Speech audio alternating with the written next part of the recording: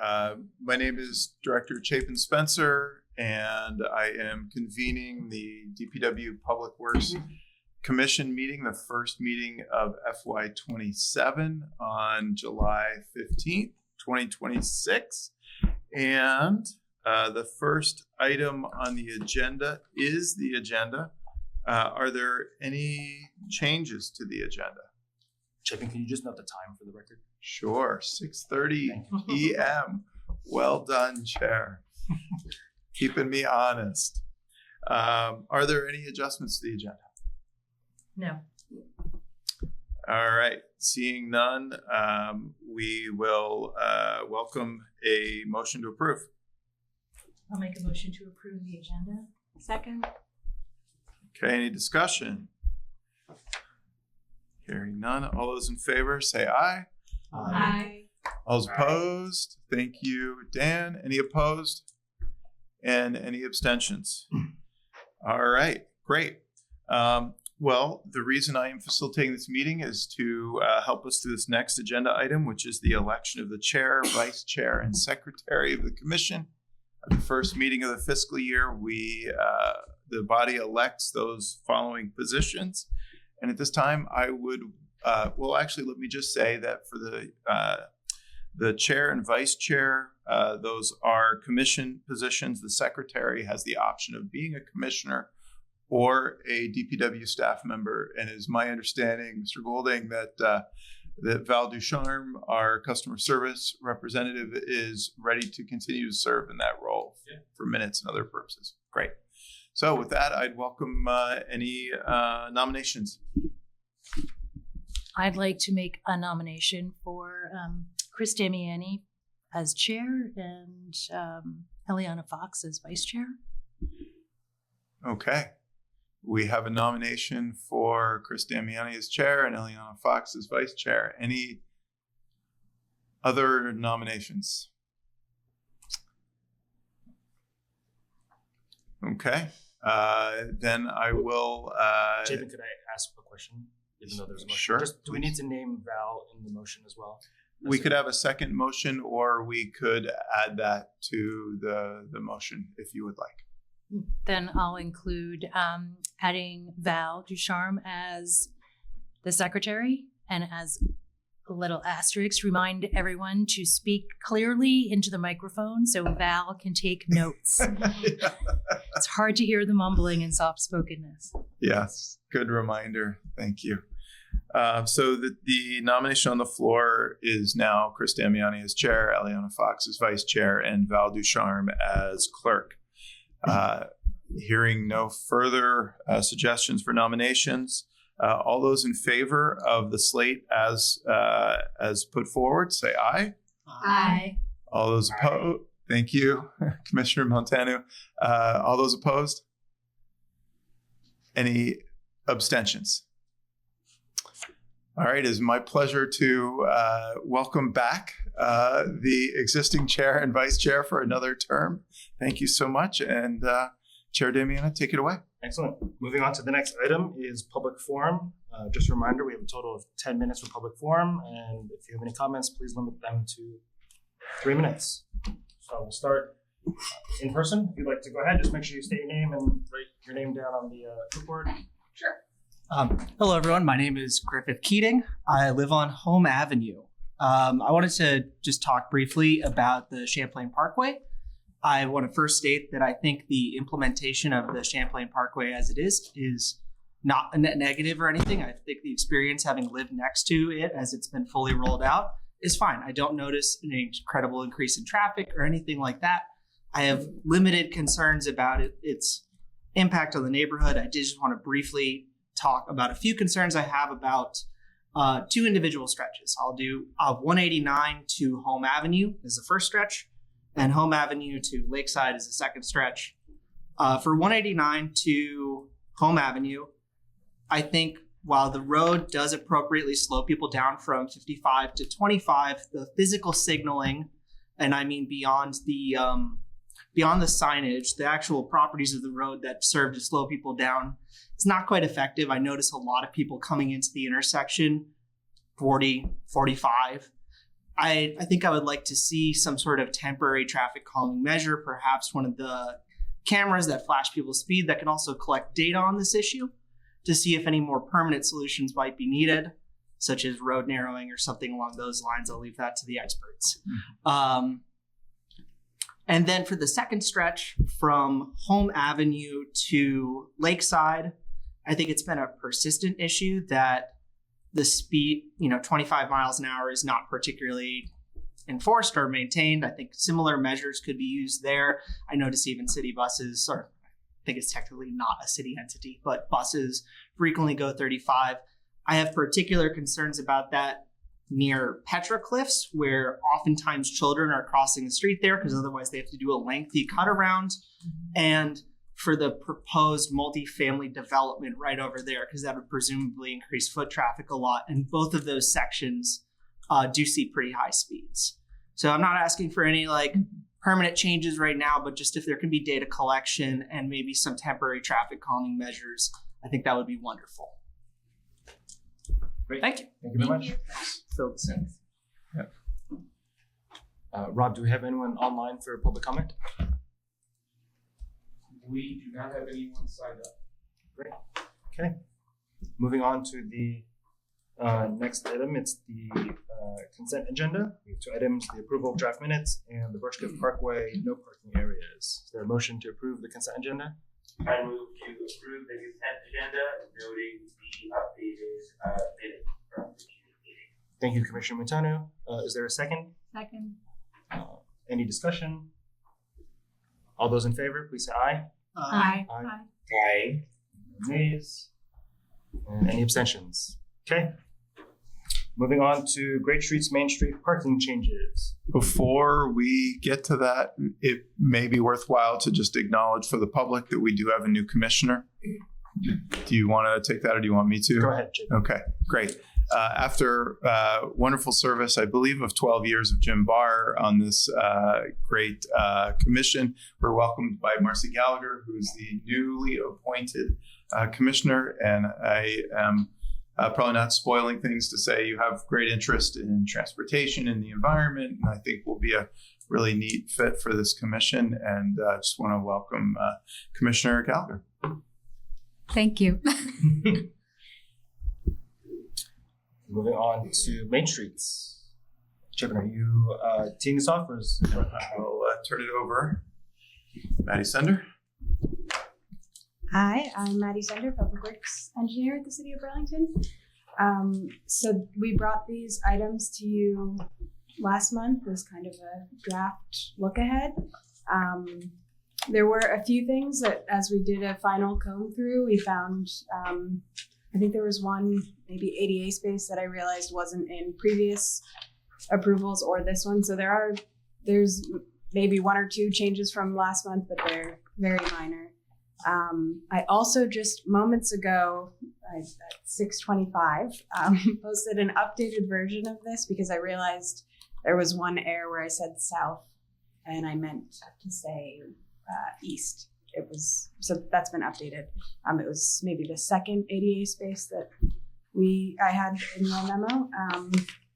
I'm happy to pull up, there's a document that has a map of all the spaces. I'm happy to pull that up if that would be helpful, if you guys have questions. Yeah, I think so. Okay. Just give me a moment to get there.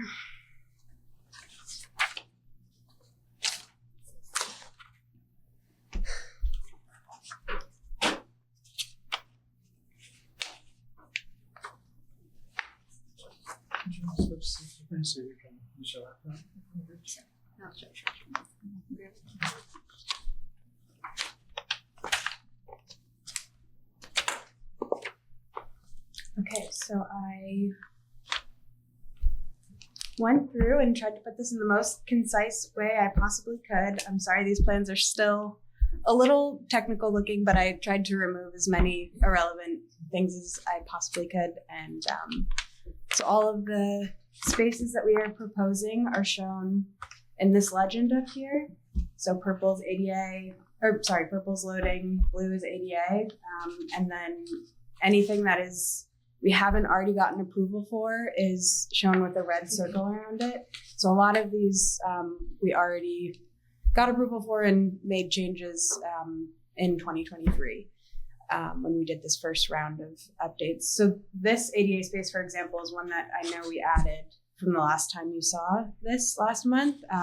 This came about because the owner of Main Street Barbers reached out and was looking to have accessible parking. So we added that in. That was one of 2 public comments that we received back on this, was that owner thanking us for listening to our concern and incorporating this. So I'm happy to just keep kind of slowly walking through this. This is the block between this first block was South Champlain, Battery Street's down here. Sorry, these are kind of split in the middle, but this is Battery to South Champlain, and then South Champlain to Pine Street. This block just has one loading zone, a bus space that we don't typically put in ordinance in the same way as we do all these other spaces, but then you can start to see this is where Mad River Glen is up here, right at St. Paul Street, and Mad this River is, Distillery. or yes, sorry, that'd be Mad great. River. Yes, so close by. Yes, sorry. And so this starts the EV parking that we have installed up here. This is an item that's coming tonight, the car share space that we had to relocate. After working with car share, we found this space instead of putting them on Main Street. This was just due to utility availability and where we could actually fit the EV charger. They still have their remaining just standard car share space right on Main Street.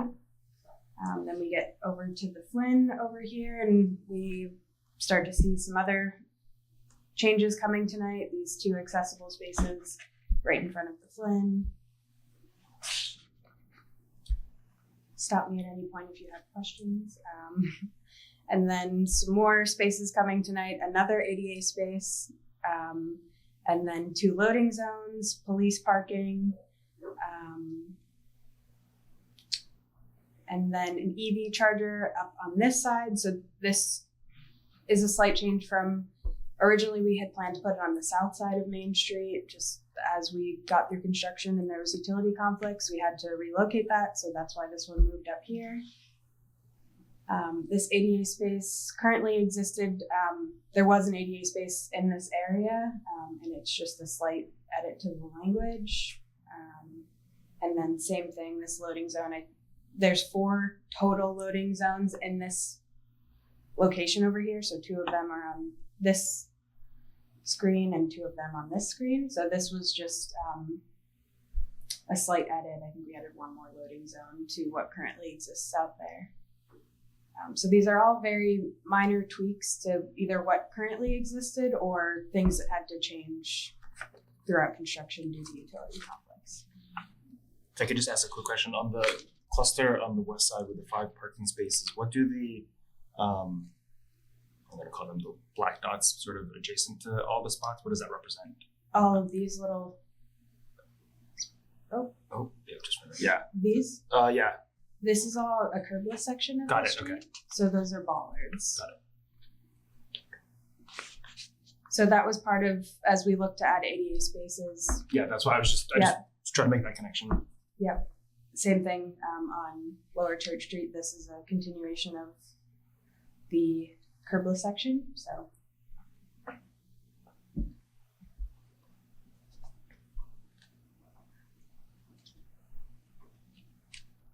Any commissioners have any questions on the updated version of this from last month's meeting?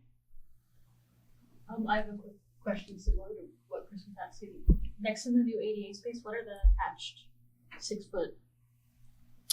right down here. No. Oh, they over here? Yep, that one. Yes, so these are actually both for the same reason. There's hydrants there, so that's Okay. a 6 foot setback for the hydrant, which also, that was something else that kind of slightly adjusted the parking layout throughout construction, as we had to address where we could actually fit hydrants versus where we thought we would be able to fit them based on known utilities. So Thank you.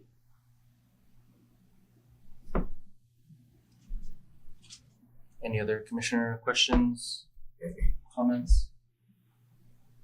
Can I just comment that I really like this this kind of rendering? It's really helpful when I read through everything and the crossouts. I know that's vitally important, but then I always go to a map and try to figure. So thank you for sharing this and Yes. making it accessible for us. yes, thank you. I'm very happy with how this turned out. Last month I had a version of this, but it was not ready for external This eyes. is great. Thanks, Maddie. Yeah, thank And you. Maddie, do you mind just for the record noting the south-north switch that you were talking about? Just to Yes. point out. So it was on page 1. This previously said on the south side of Main Street in the first space south Got of the mid-block crossing, which just didn't make sense. So I changed that to east. I also didn't originally include what we typically put the draft actual ordinance form. So I just added that in at the very bottom. So this still needs to have final attorney review as they always do, but this is a compilation of all of those ordinances that we got approved in 2023, as well as this neatly packaged in what we will officially submit to actually enact these changes. So. I did have a These must be Commissioner Montano. sure. These must be some of the most highest profile parking spaces in the entire city. So I appreciate the clarity in determining their location and really knowing what it is that we're approving. At least to me, this feels exactly right. I can't imagine anything that I would do differently. And I'm excited to, at some point, see it in person before too long. So I'm happy to make the motion to bring these changes into action after we finish commissioner comments. Excellent. Commissioner Davis? Yeah, so you mentioned like the bus spots are usually not ordinanced. This is probably my fault not reviewing this closely enough, but are these like written in stone in the ordinance? So I didn't have, some bus stops are in ordinance, others aren't. So I want to do some more due diligence on my end. If we need to put these in ordinance, I kind of put a note in here that says, our intent as staff is to enact what is shown on this map. And if we get feedback that we do need to have these bus stops in ordinance, I will write the language to reflect that. I'll check with GMT. For instance, I know we have some bus stops that are in kind of like an MOU versus some are in ordinance.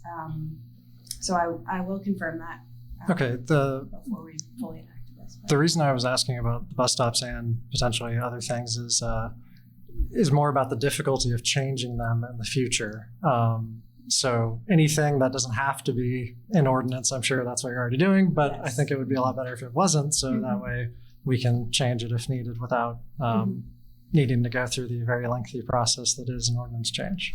Yes, and I don't know the full history of what bus stops officially made it into ordinance versus didn't, so I do want to do a little more research in that before we put something in ordinance that doesn't need to be. Or Okay, awesome, thank you. I have one more question. Oh, I just want to say that's just a very good note, Commissioner Davis. But unrelated, I know you did a lot of outreach around these parking changes. I saw them in the consultants' communications. Just wondering if you received any other comments, feedback. so Since and that went out to a pretty big audience. yes, so no, we didn't receive any feedback, and we also did targeted, or there was one other comment. We did targeted outreach to businesses that were directly adjacent to any of these proposed changes, and one person reached out and basically asked why one of the spaces was being enacted. It was a loading zone. I think it was a lawyer's office that reached out, and we explained that someone else had requested this, and these loading zones are meant to be more 15-minute spaces, which I explained, and then they said, great. So it's less for vehicle loading explicitly and more for if you want to grab a coffee or anything that takes 15 minutes, which could be loading. Right. So that was the only other comment we got. Thank you. Great. With that, let's see if there's anyone in person for public comment. Rob, is there anyone online? We do not have anything signed up. Okay. Looking for a motion to approve the changes as presented by staff. I move to approve the changes to Appendix C relating to the rules and regulation of the traffic committee and to waive the 21-day warning period as discussed in the packet. Is there a second? I'll second. And with the motion and second, any discussion? All those in favor, please say aye. Aye. Aye for myself. Aye. Any nays? Any abstentions? Guys have it. Thank you. Thank you all very much. Thanks, Maddie. Thank you. Lost my judgments. Okay. Moving on. Director's FY27 goals. All right. Well, most of you saw this last month, so I won't walk through it again, other than to say we have shared it with our recently appointed commissioner, Commissioner Gallagher. So we worked to track changes based on your feedback. There was feedback to add more specific dates in, so we've done that for key items, such as when we're bringing the proposed charter changes through to voters. There was some recommendation to add some language about metrics, other metrics in addition to the bicycle-friendly communities metrics. So we talked about progress for implementing Plan BTV in there. And there was a recommendation at the commission to have non-specific language towards technology. There was a license plate reader language that we've broadened to parking services operations more broadly, and a couple other, the director's 360 review instead of just, the director participating with an executive coach, I think was the language previously. So we've sought to be responsive to your comments. We have run this by the mayor for initial review. And her interest was to have a innovation lens.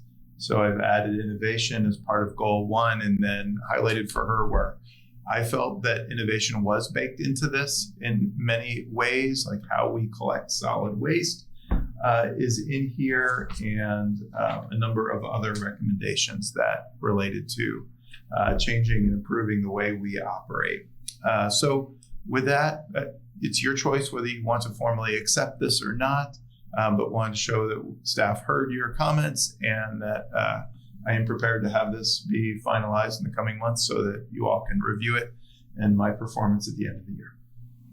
Happy to answer any questions. Thank you, Director Spencer. Yeah. Commissioner Montano. Yes, Director Spencer, could you briefly explain Director 360? Exactly what does that entail? And does that also involve a leadership coach or a consultant? Or is that something that the city is taking on more broadly in itself? Sure. Yes. Under Objective 1F, I did still include engaging a leadership coach. So it's not like I've eliminated that, but I did replace the metric to include a Director 360 review, which is having multiple stakeholders, direct reports, commissioners, as well as the mayor weigh in on the director's performance so that I can receive feedback from a broader cross-section of folks than just the commission and the mayor. Thank you. Yeah. Any other commissioner questions, comments? I have I guess just a quick process question. So this is an optional action. So are we recommending to the mayor that we think this is just figuring out what the step? Yes. Okay. There is no formal recommendation on this. As a matter of fact, we are a bit of ahead of a number of other department heads and mayors just embarking on the annual goal setting with department heads. But given that we are already into the fiscal year, given that this is an important metric, not all commissions, well, let me just say this, not all departments have commissions to oversee the performance of the director. So given that you all are here and are asked annually to weigh in, I felt it was important to bring this to you. Some years the commission has just accepted this. At this point, one of my caveats is that I do want to work with the mayor and make sure that this is final from her perspective.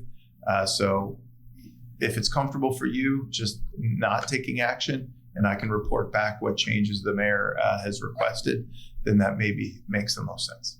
So we don't have competing versions. Yeah, I think that makes sense. The latter. Yeah. What you said.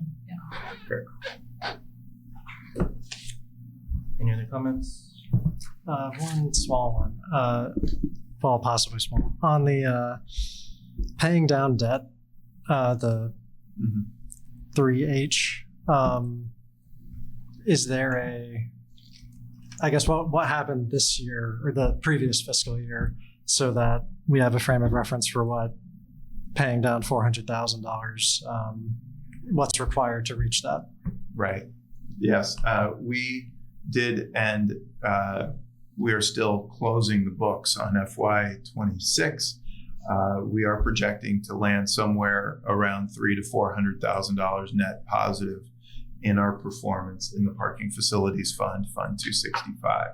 So we felt it was an attainable goal, even with the school moving, us losing some of the school's traffic, but gaining some additional occupancy in City Place this year, that we felt that we could hit a similar target for this year.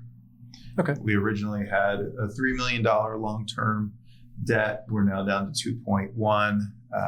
So we're making progress to pay this down, and fundamentally, it's responsible for us to have this fund have a strong fund balance in the next 4 to 5 years, as we look at having to either invest tens of millions of dollars into Marketplace Garage to keep it going, or to consider some sort of redevelopment. Because if we're going to redevelop and it's going to cost us tens of millions of dollars, the banks are going to want to see a strong financial position, and we're not there at this time. Awesome. Thanks for that additional context. That sounds reasonable to me. Okay.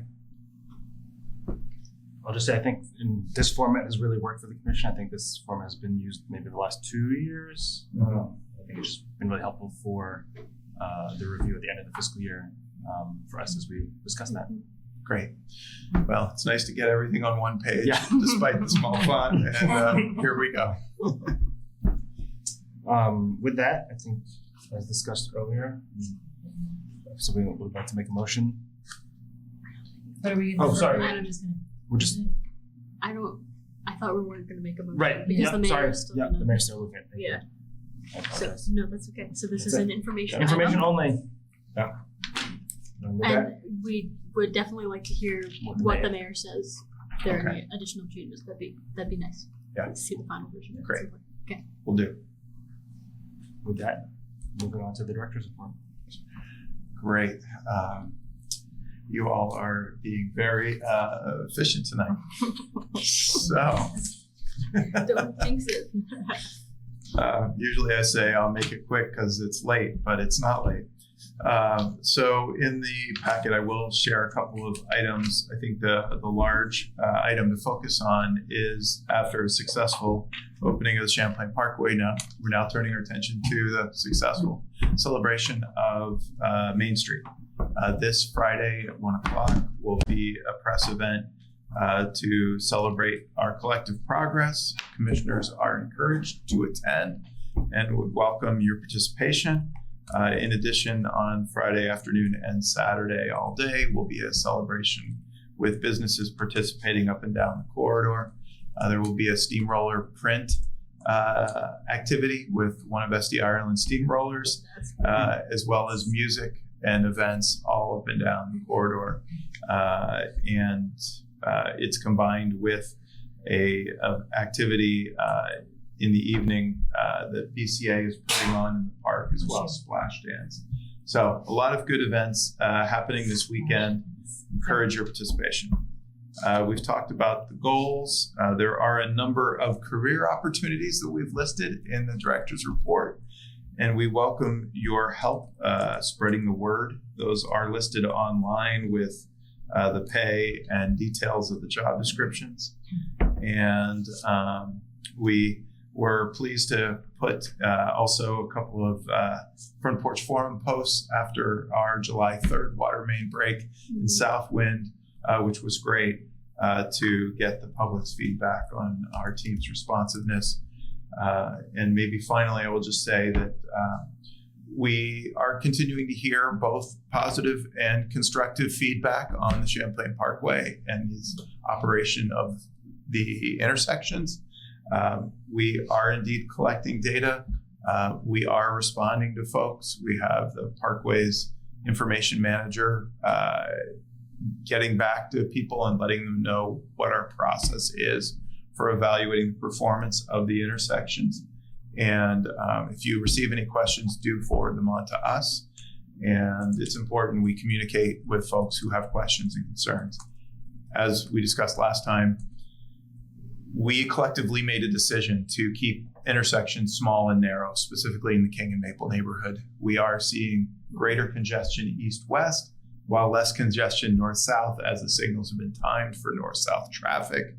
We're trying to encourage people to travel outside the King and Maple neighborhood, and we'll continue to put up variable message signs to encourage the traveling through on Pine Street and not dipping into the neighborhood. So happy to answer any questions. Rob, anything to add? Oh, I think you hit it. All right, that's it. Great. Any questions from commissioners on items directly on the director's report? Commissioner Hayes. Yeah, I was gonna talk about this during commissioner items, but since you brought up the Parkway, Yeah.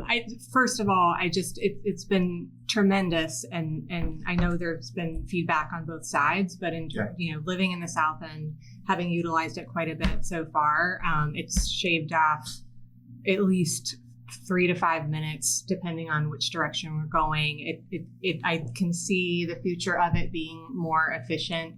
I understand that, generally something like this opens and it takes time to adjust to the speeds, and we know, we have to give it a little bit of time for that. I am curious, though, you talked about already collecting data and that there's a process. I'm curious just to explain what that process is. I do think with school starting and it being summer, it might not be exactly the same way now as it will be in a month or two. Right. And I'm curious if you're going to do a speed study at some point, or just kind of walk through the process with us so we are aware.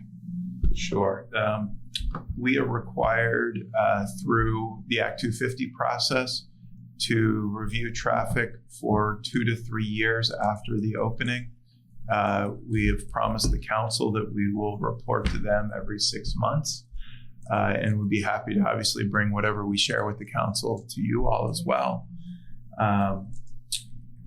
Usually, in terms of traffic settling, that can take several months. And so while we have the MyoVision cameras at the intersections to collect data from day one, and we did collect data prior to the opening as well, so that we could get some traffic data from the opening, from before the opening of the interstate connection. Our plan at this point is not to make significant changes for several months while we let traffic settle out. We do think some of the educational signs should help mitigate traffic and people getting used to the patterns and creating different patterns. Everybody, it takes a while to get used to a new situation. So that is our general timeline, that we will look at making any tweaks probably 4 to 6 months after opening, and then would report every 6 months to the council thereafter for the first 2 to 3 years. I think it's 3 years. I need to confirm. Okay, thank you. One thing I noticed, because there's an uptick, or maybe there is an uptick in pedestrians, but I'm noticing them more, and not necessarily conflict points, but the yellow lights are very short. And so people seem to be running reds when I don't know that that's the intent. I think I don't know what the general timing of yellow lights are. That might be one little thing to look at in the meantime to see if there's a way to extend it or just look at it. But no, I appreciate that clarity. And then hopefully as the months go by, people will get used to it and it'll settle. Yeah. Thank you. Can I go next? Just because, thank you. I had the exact same questions about monitoring, and I want to just hone in on that a little bit. So, MyoVision cameras, very cool. Where are they located? Like, where are they collecting data?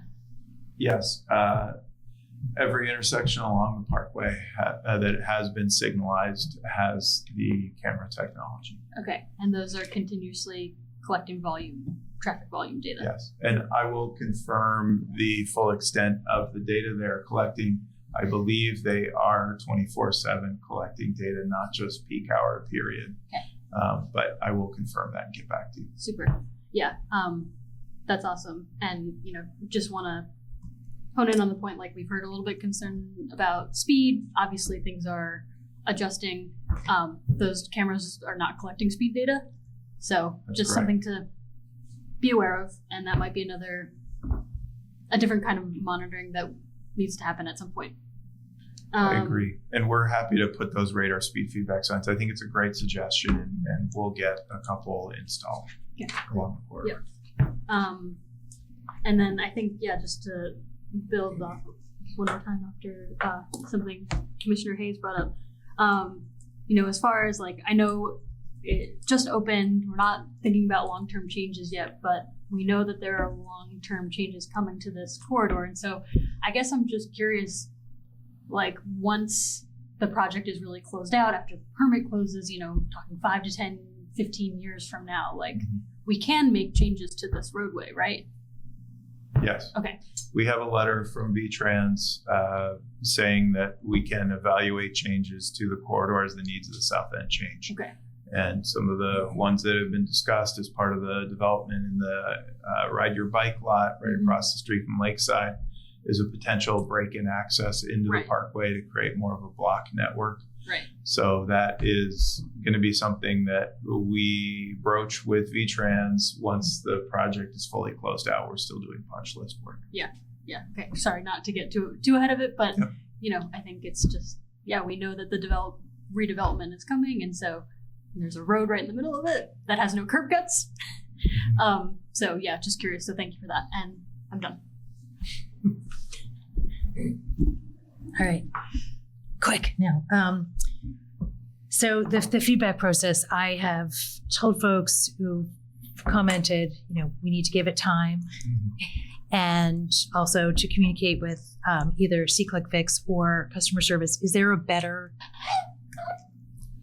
way? Is there a specific Parkway email to share comments on? Our Parkway team prefers to be contacted at info@champlainparkway.com.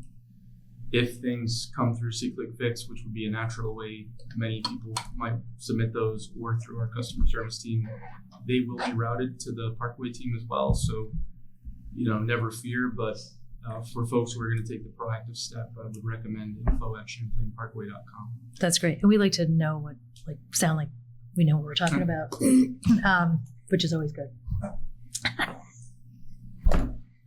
Stop.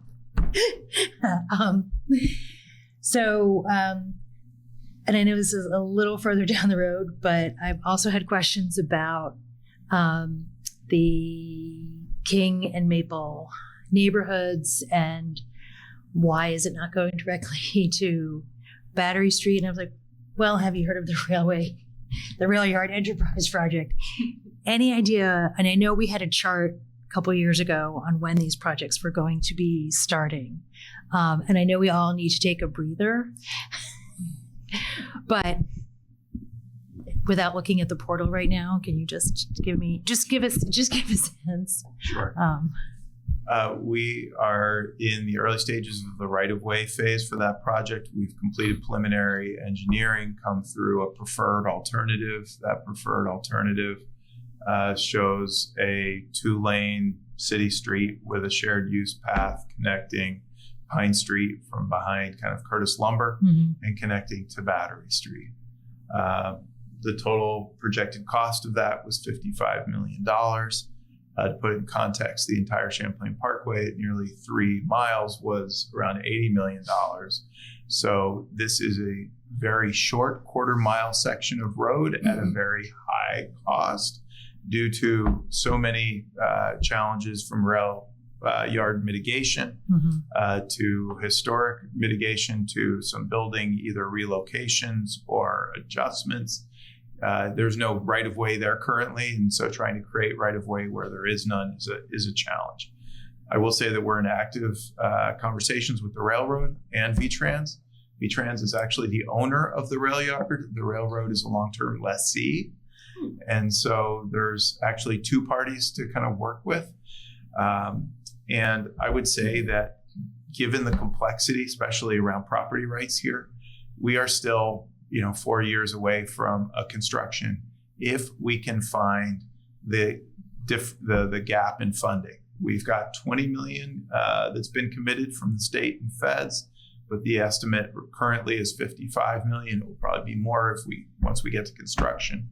So there is a very substantial gap, and it is very clear to me that the city is unable to do this project alone, and will need the state and federal partners who both have financial challenges right now to invest. So this is not, unfortunately, on as fast of a timeline as I would hope. No, that's great and helpful, and just gives us the language to share. Yes. Okay. And we are expecting to provide a briefing to the Transportation, Energy, and Utilities Committee of the City Council once we follow up with our state and railroad stakeholders and give them a greater update and the public, and we're happy to update you more at that time as well. Great. Thank you. Commissioner Gallagher? I have a question about the congestion on Maple and King and the intent for drivers to not be going through those neighborhoods. I know potentially from personal experience that some bike commuters prefer to use those roads because of typically safer traffic patterns, but that congestion making it a little more challenging and less safe to bike. Is the intent also for bike commuters to be moved out from King and Maple, or are there plans or intentions to improve bike commuters' safety through that traffic? Right. There has been some traffic calming in the neighborhood. One of the things I'm very proud about is in advance of building the parkway, we've made tens of millions. Well, we've made tens of millions of dollars of investment in the South End generally, in the King and Maple neighborhood, over $5 million of investment in planning for the parkway and making sure that it fit within the neighborhood. Water lines have been replaced, sewer lines have been relined, traffic calming in King Street and St. Paul Street. There, as part of the parkway, Lower Maple Street is being removed as a truck route, which should make Lower Maple Street more friendly to walking and biking on that section. We can look at further traffic calming on Lower Maple, and there is no kind of policy directive to try to remove bike and pedestrian traffic from that part of downtown. And so really what we're trying to do is get motorized vehicle traffic to travel through the King Maple neighborhood on Pine all the way up to Main, where there's a dedicated left turn lane and a signal to help facilitate that movement. Okay. And no plans for bike lanes on either Maple or King? Are there? They're not bike lanes now. No, they're not bike lanes currently. The Plan BTV talks about connecting the Pine Street bike lanes up to Main Street, where we've just added those facilities. The Parkway, due to its age and its kind of design elements, was really a balancing act. We couldn't move the curb because of the historic nature of the Pine Street Historic District. So there were trade-offs, and trying to provide residents some ample access to on-street parking and facilitate vehicular movement gave us a gap between the bike lanes that we fought for from Maple down to Kilburn and connected to the shared use path. So yes, our community is going to have to work through how do we bridge that 2-block gap. Okay, thank you. Yeah. Any other items from the director's report from commissioners? Seeing none, moving on to commissioner items. Any other general commissioner items that folks want to bring up? Commissioner Hayes? I just briefly on the concerns around traffic, vehicular traffic on Pine with the new lights. I'm sure you've seen some of the feedback so far. And again, we know that it's going to take time for people to adjust to the new traffic pattern. I'm curious because there are awful lot of people still wanting to make that left turn on Maple, and that is what's backing up traffic. Is there any kind of communication that we can put out to provide the intent for why it's designed the way it is, and that it will be much more efficient if they do keep going through the lights to make that left? And also, I'm assuming you're taking the data and looking at the kind of the light patterns to make sure that they're all working cohesively together to ensure that that is the kind of pattern that you're going to be able to get so they can keep going. Because I've been on it a few times now where I get stopped, I think at King, when I'm trying to go straight and follow that new pattern to make a left. And so I think we don't want to make people think that they're not going to be able to do that, and then they keep trying to turn left on Maple and back up all the traffic. Yeah, that's great. Yes, you gave me an additional idea of potentially a front porch forum post with some sort of map to show the kind of preferred travel pattern. We had proposed variable message signs, which were out briefly and then redeployed, and we need to get those back out. So your point's well taken. If we have a preferred method of travel, we need to educate the public to that. Great. Yeah. Thank you. And then it looks like that we had talked about the all of the traffic lights stopping at where the city market in Flynn is for the train, and I think I noticed that a green light was going with the train also going. Was that adjusted? Because if so, thank you. And sure. It looked like people were happy and not running red lights. So.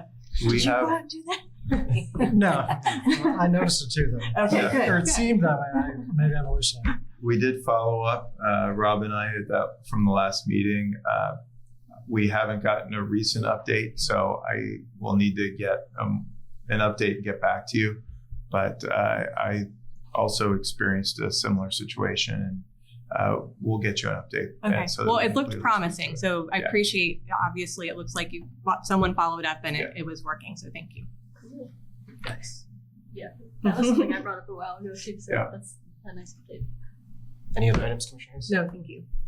Any other commissioner comments? Okay. So Main Street, thank you. I have biked. I think I've also driven up and down Main Street since the painting. It's fantastic in so many ways. Lower Main Street, when you're on your bike, you're riding in the door zone. If you want to come for a bike ride with me. Yeah. Okay. Yeah. Do you agree? You can't say that.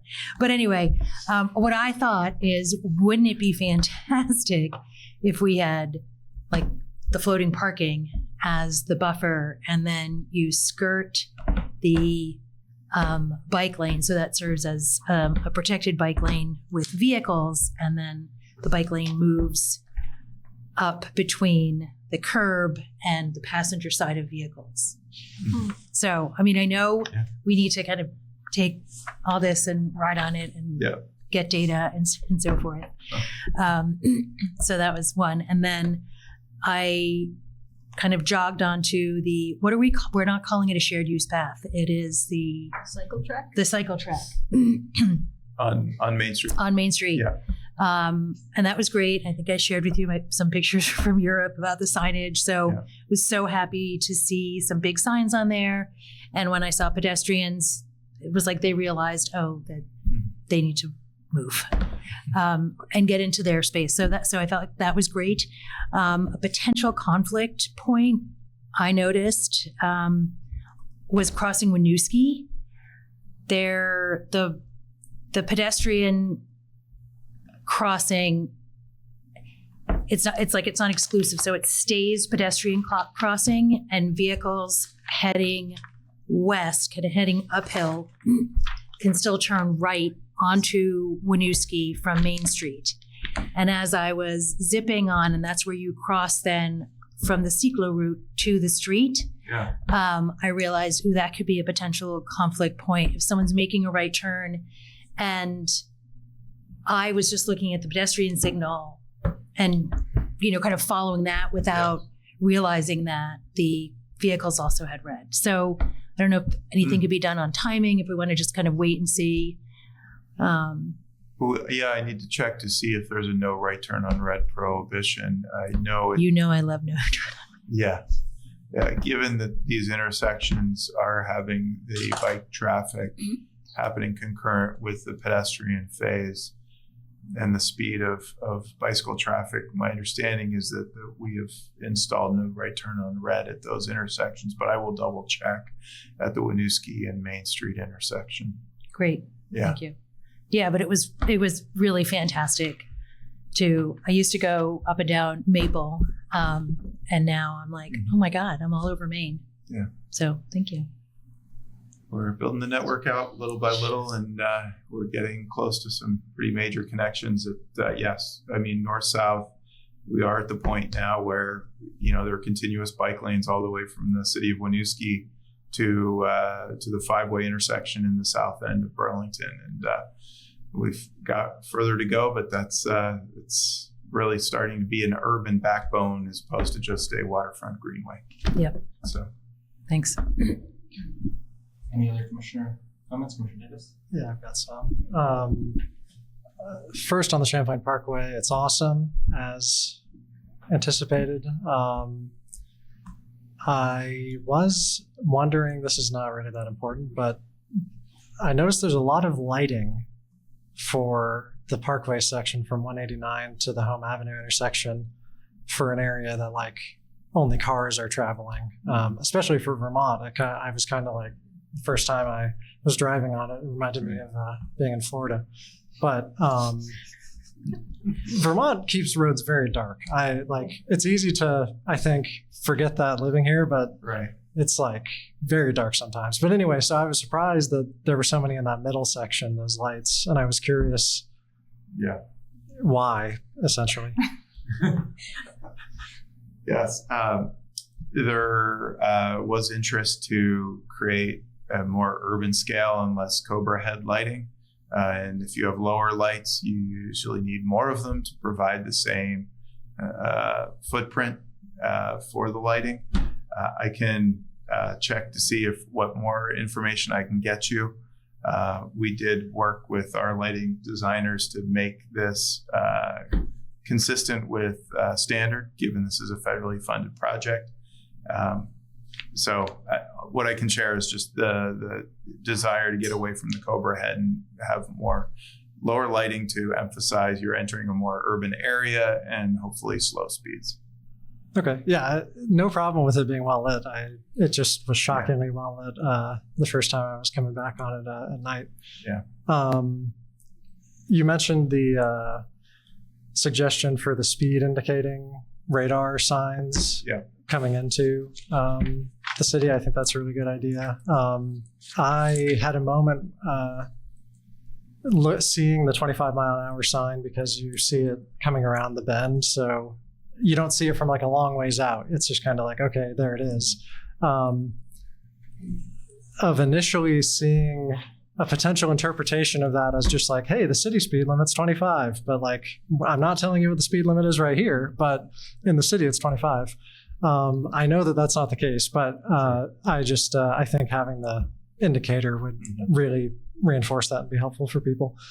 And then I had a question about, it was an email I forwarded to you about parking at North Beach. And I just wanted to understand a little better if you have more information. Yes, there was a concern about the kiosks and the functionality of the kiosks that was shared last month with the commission.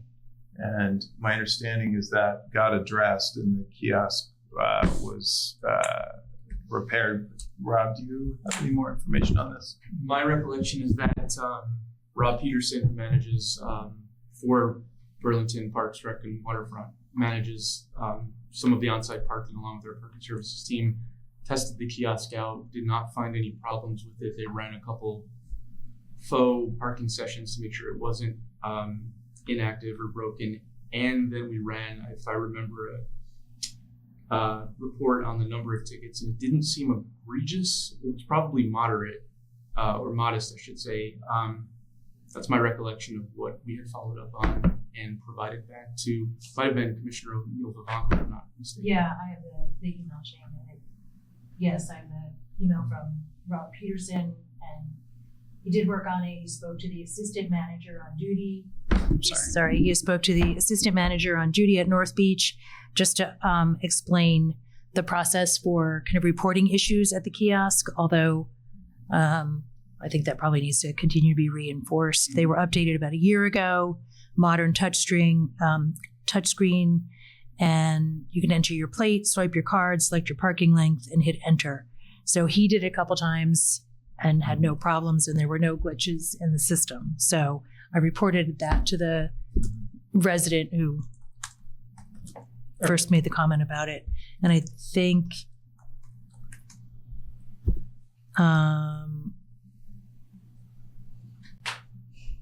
since there were 107 tickets that were issued at North Beach between June 1st and June 24th, I don't know where that falls in on the data point. Yeah.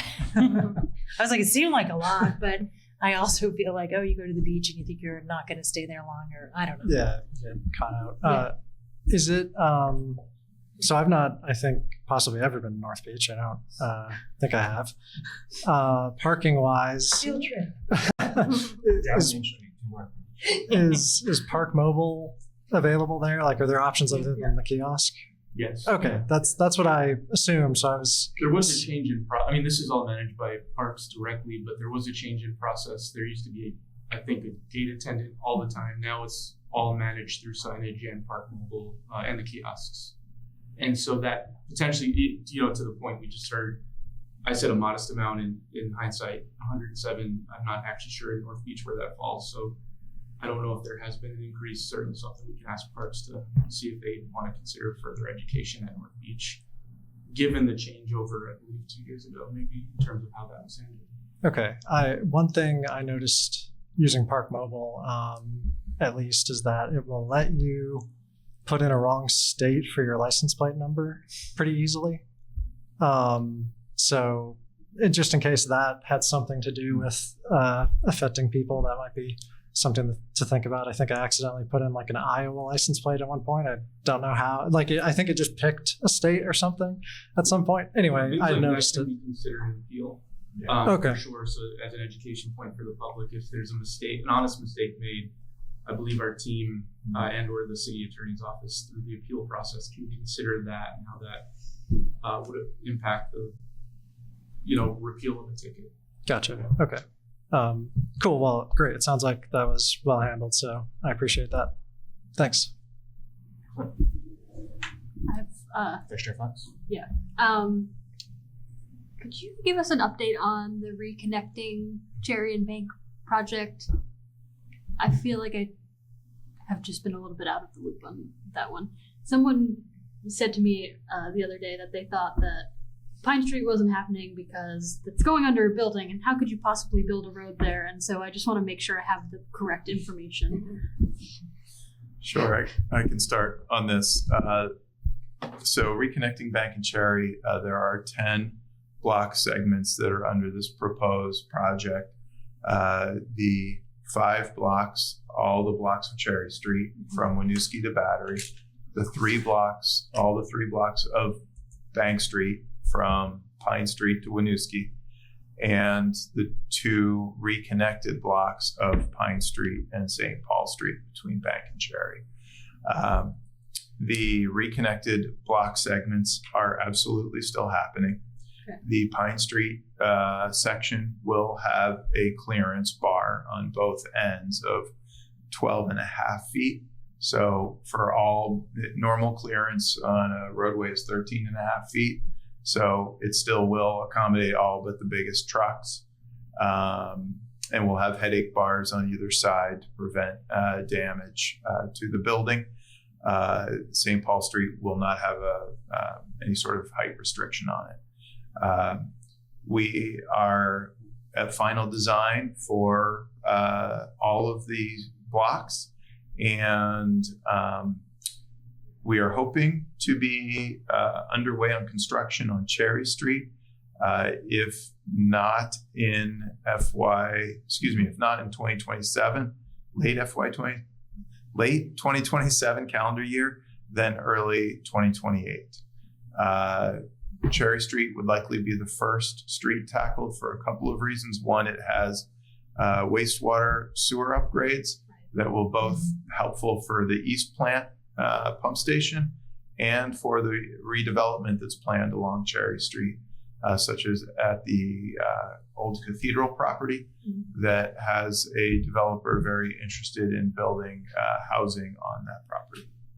So the project's very much alive. I would say the one challenge we're facing there is also funding. We are approximately $15 million short on that project. And we are trying to work through whether it'll take a blended strategy of value engineering, writing additional grants, seeking alternate approaches, phasing potentially of the project. And we are evaluating all those in real time, even as we're at council this Monday night, finalizing the property acquisition for all the rights we need to construct Cherry Street and complete in its full completed state. Yes, thank you. So that's great. Thank you so much for that. I feel like I noticed curbs on Pine Street, like under the building. Yeah. So I was like, it's definitely happening. Yes. And those sections, right, are happening through the developers' coordination with their contractor. It is a very complex 10-block area. Some of the improvements will be constructed by the City Place contractor, and others will be completed by the city through a competitively bid contract on our own. Okay, great, thank you. Yeah. I just feel like, for me, the Pine and St. Paul blocks are so important for reconnecting our grid, and so I just want to make sure we stay aware of those. Yes. Okay. Yes. Someone back in 2013 who was fighting to get both those connections to be fully vehicular and bike and ped accessible. It's great to see this actually happening in our street grid after urban renewal being restored. Mm-hmm. For commissioners who found the Main Street and Parkway updates helpful, you can go to greatstreetsbtv.com. It's not easy to find, and we're hopefully working on some process improvements here. To go to greatstreetsbtv.com. Top of that page, you can go to Great Streets Initiative and click on this project's name. You can sign up for updates there. And right now we have them coming out quarterly, and you will be getting one very soon. We will then. I can't believe I wasn't on this list. It's not, we haven't well advertised it, I think, with Main Street and the Parkway taking so much oxygen and attention. We're able to shift gears now. So quarterly update will be coming out soon. Oh my God, you just boosted your newsletter. Yeah. Probably just doubled. Except for the ones we have. We have a bunch of businesses on there. So you can sign up now, expect a quarterly update soon. We will then shift into weekly updates as we get much, much closer to actual construction. So hopefully you find that helpful, but obviously talking here is also a great way to find out. Yeah. Great. Excellent. If no one else has anything, I realized I had something else. Is it on items we've already discussed? It's about the Champlain Parkway. It's about this intersection right here. Is it something you can email staff? Yeah, sure. Okay, excellent. All right. Commissioner Montano? Yeah, I've been traveling for the past few months, as some of you may know, and I'm just so excited to see all of the big changes that are going on in the city. I feel like when I return, it might be a totally different place. And I just want to thank the city staff and everyone for this continuous work. That said, it's possible this might be my last Public Works Commission meeting. I did sign an offer letter to take a position in Connecticut effective September 1st. Thus, if we're not meeting in August, this might be goodbye for now. But I just wanted to thank everyone for all that I've learned here, and I hope my contribution has been helpful throughout all this time. All the best to everyone, and perhaps we'll see one another in August if we meet, or even if we don't meet. It has been good. Thank you very much, Commissioner Montano. Congratulations. Congratulations. Yeah, congratulations. Where in And Connecticut? It is Western Connecticut. I'm Okay. aiming to return to doing biological research in a different environment for a time. But like I said, I'm excited by all of the development in Burlington, and perhaps my path will cross again with this city that I love so much and really want to keep as a part of my life.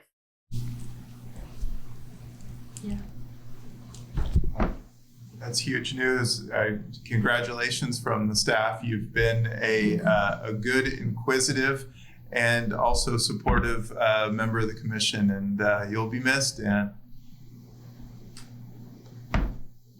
Yep, I will tender a written letter reflecting that September 1st date.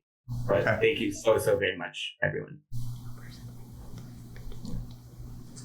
Okay. With that, moving on to adjournment. Motion to adjourn. I would like to make that motion to adjourn. Second. I'll second. Any discussion? All those in favor, please say aye. Aye. Aye. No nays. And the meeting adjourns at 7:36 p.m. Yeah, look.